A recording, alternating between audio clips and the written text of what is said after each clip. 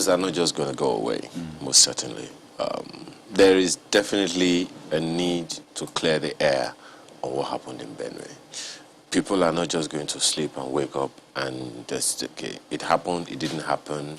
Well, people hold their opinions. You remember the concerned Benue mothers came out to speak. The governor of Benue State said he's not even going to come out to say anything about this matter anymore. People should go ahead and defend themselves. The police have put out a statement saying nothing happened. So there is definitely a need to come out and clear the air. On the one hand, it is clear that the trust quotient is greatly depleted. So to say nothing or to just deny without, giving people believable information, I think it calls for a lot of persuasion on the parts of people, because who's going to believe just anything? That's a big question you asked. And yesterday we asked people to tell us their experience with governance across their states. I mean, we just put it out there. Tell us what's going on in your state. And we got a mail from Benue State, actually. And he says, this mail saying because we talk about security a lot of times, and people maybe see it in isolation, but security affects everything. Absolutely. From the economy to... Even CBN said that much. Oh, yes. At their NPC meeting or something? For the first time I heard doctors, the NMA, say security is affecting healthcare. So you can imagine other sectors that don't even come out to speak how much security is affecting. And this mail from one of our viewers says there is general hardship, no concrete development ongoing, close to a year, no pensions paid. Now, that's probably a personal experience for that person. More important is the deplorable state of insecurity. And, the mail goes on. And, some of these questions we'll be putting out to the Deputy Governor of Benue State this morning. Well, yes, he joins us right now. His Excellency Benson Abuonu, Deputy Governor of Benue State, joins us this morning to shed light on some of the things going on there. Good morning, Your Excellency. Thank you for joining us today on the program. Well, you're welcome. Thank you. Yeah, there are several comments coming through from the presidential spokesman saying that, no government takes pleasure in these killings that are going on, and that the president is particularly deeply pained, not just about the killings in Benue, but in different parts of the country. But we don't know if there's been any further or direct communication between the executive and the leadership, maybe the executive in Benue as well, to see how they can sort some of these things out. Could you let us know, is there any such thing that is being done? Perhaps maybe they don't want to give that information to the media to assuage frayed nerves. Well, I want to thank you very much for having me on.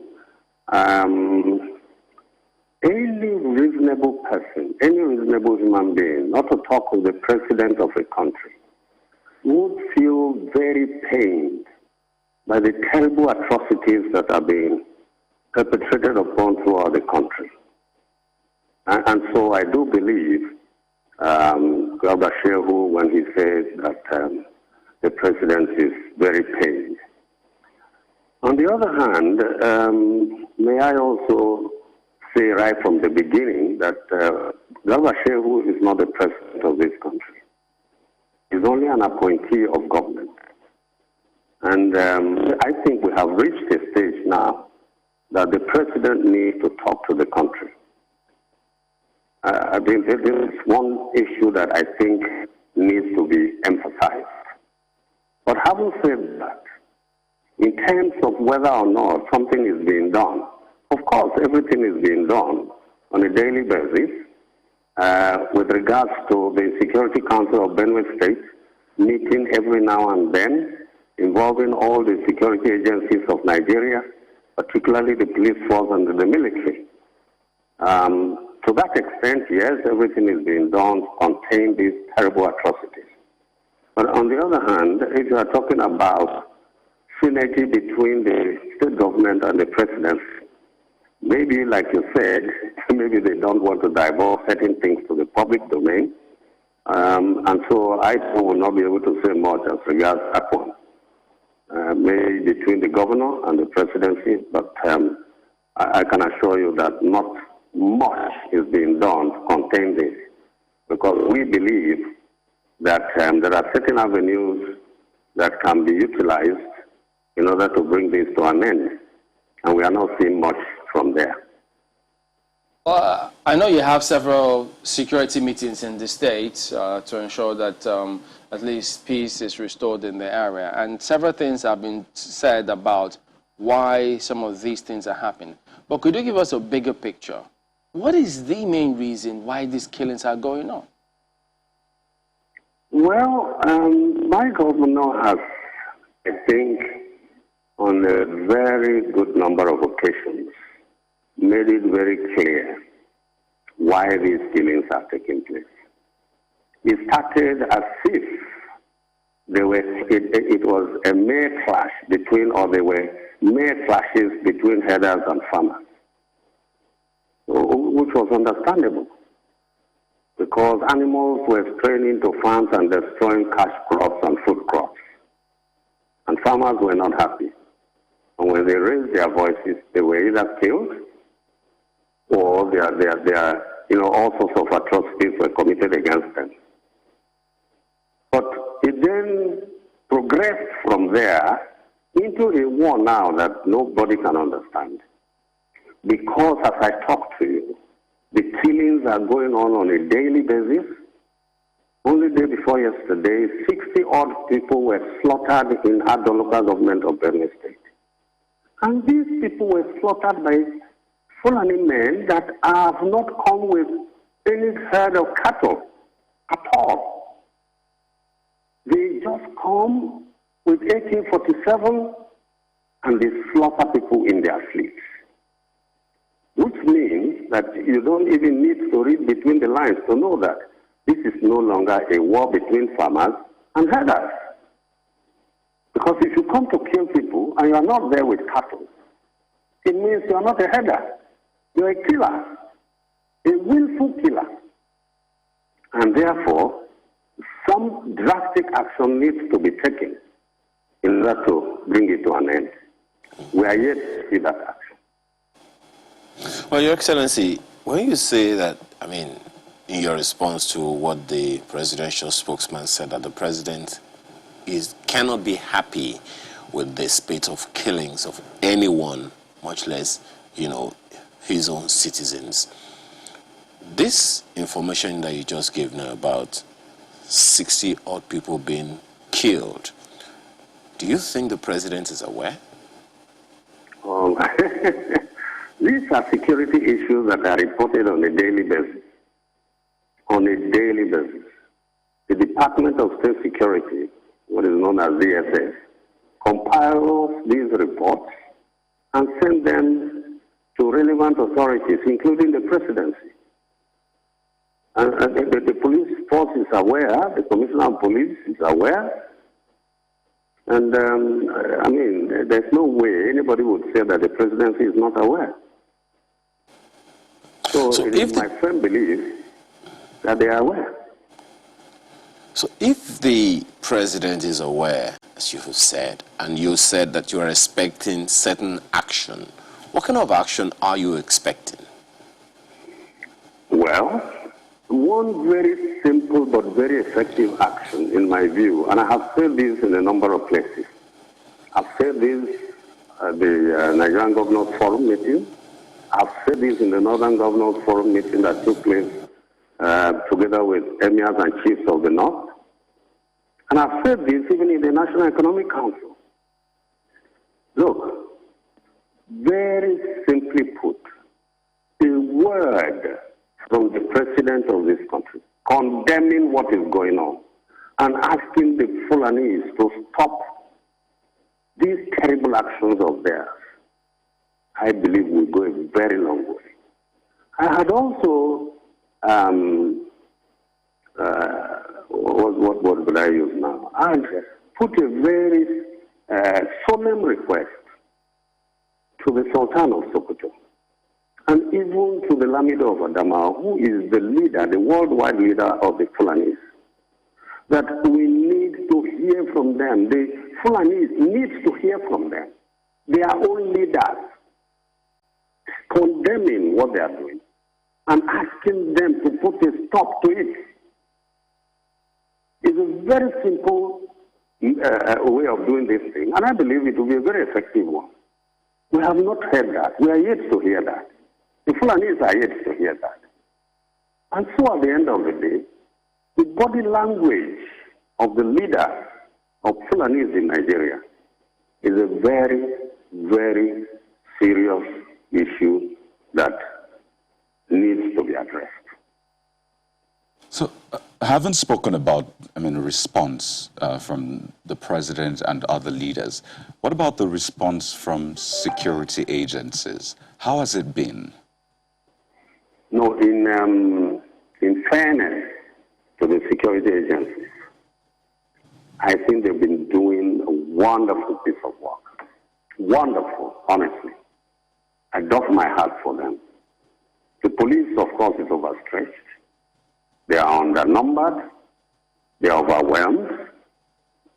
But the president, I must also applaud him in this respect. He had given his approval for the military to intervene. And it is that military intervention that has brought some level of relative peace that we're enjoying, especially in the townships in Benue State. Otherwise, it would have been something else. It would have been a massacre of a sort. Because you will not believe this. In certain areas of Makurdi, which is the state capital of Benue, in a place like where there's an army establishment, what is known as NASM, the Mechanical and Electrical Engineers Unit of the Army, which is right at the outskirts of Makurdi, killing takes place there. The IDP, which is at the Bagana, a mere 5 kilometers from Makurdi, killings have taken place there 2 weeks ago. So we are being surrounded. And unless something is done and done quickly, we may be heading for a precipice that nobody will be able to tell. So the military have done very well. And in this regard, even Fulani military men have not taken sides. They've done extremely well. And I want to also say the president has done well in this regard. I get the impression that it's mixed feelings for you. On one hand, you commend the president regarding security, but for his response or lack of it, as you feel, you think he has not done quite well. But I'd like to get some clarity on something you said earlier about the statements we have seen from the presidency or Mr. Garba Shehu. Are you saying that when those statements come out, you don't think it is the president speaking, or you don't think it is directly from the president? I have not said so. I am not in a position to tell, because when instructions were being given to Garba Shehu, I was not there, and so I will not be able to tell. But we are deducing from what is going on. We are looking at the statistics. The killings are in their thousands, and have been going on for a good number of years. And so the deduction of Nigerians is that why would the president not talk? Okay, well, let's just get into the specifics now. You mentioned some killings just recently, 2 days ago, and I would like to follow up on that. What exactly has been done? We've seen security agencies move swiftly in cases of killings. Now, 60 people were killed. How many arrests have been made? What is the current situation of the people in that area? Well, this one I just talked about to you it happened just 5 a.m. in the wee hours of yesterday, and so it's a little bit early. But by yesterday morning, we dispatched military men to the area, and I think investigation is ongoing. Some kind of operation is also ongoing. We are waiting to find out what will be the outcome later in the day today. But as I talk to you, not one single arrest has been made. I understand that they came in, about 40 or so of them. They came in on motorcycles, and after the killing, they went back into the bushes, and nobody has been able to apprehend any one of them. Well, could you talk to us about, there's this press release from the Benue State Police Command about certain developments in Katsina, Alap, and then they say that the police had received, they deployed their men to villages in Michihe Council Ward, Katsina, Ala local government area, to ascertain the authenticity of a certain news item which went viral on social media about 36 people who were being killed, and they said they found no corpses, no sign of burial whatsoever, and that that story was false. Are you aware of this release from the police? Well, to a certain extent, I would say yes, I was aware. Even the governor was also aware. But let me tell you something. Because of the killings that have been going on virtually on a daily basis, people become apprehensive. And sometimes there are rumors. And when rumors come, they spread very fast. Because of past experiences, as soon as they say, oh, somebody was killed in this area, oh, Fulanis have started arriving. The thing that happens is that people begin to run. They pack their bags and baggages, they put their loads on their heads, and they begin to move from one location to another. With particular reference to that one, or that issue, I think for 2 days, we got the security advisor together with the commandant of the Operation Wellstroke, the military, and they went over there, and for 2 days, they were not able to find any corpse. So to that extent, I would say that the release from the police had some element of truth. Would you be able to say the same thing concerning the 60 people that you said were killed yesterday? Is the police aware of that? Any action been taken so far? Yes, the police is aware, and even Operation Wellstroke is aware. They went there yesterday morning. Soldiers went there yesterday morning. Of course, we have photographs of a good number of corpses that as I talk to you, are still lying down there unburied. Because the area is not motorable. And when soldiers from Benue State went there, there was this confusion that probably that area was not in Benue State, that it was in Ebonyi State. And I also understand that when soldiers from Ebonyi State went there, they said, sorry, they are not in Ebonyi, they're in Benue. And so they've been left unattended to. But the villagers had come up with photographs. The chairman of the local government had been able to go there and had seen corpses. The member of the House of Representatives from Benue State in that area has also been there and had seen some corpses. But today we are sending troops there, having ascertained that that area is indeed in Benue State. So we are going there today. Money has been made available to bury the corpses. And so I can assure you that that actually took place. And there were casualties. I mean, the scenario you just painted is really heart-wrenching. Just on a final note, as we wind down, I mean, one of the messages we got from someone in Benue State yesterday spoke about a certain fresh community vigilante. If you could just round off with that, how is that going to work, especially with these attacks that we have seen? Is that like going to be a silver bullet or something at least to help the people protect themselves better?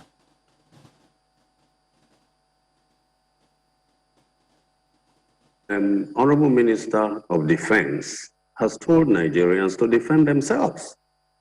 And I have never heard anything better from any high-ranking government official than that. The issue is that the killings have been going on wantonly, and usually against defenseless citizens. And the Constitution of the Federal Republic of Nigeria guarantees every Nigerian, every human being that lives in Nigeria, the opportunity to defend himself or herself.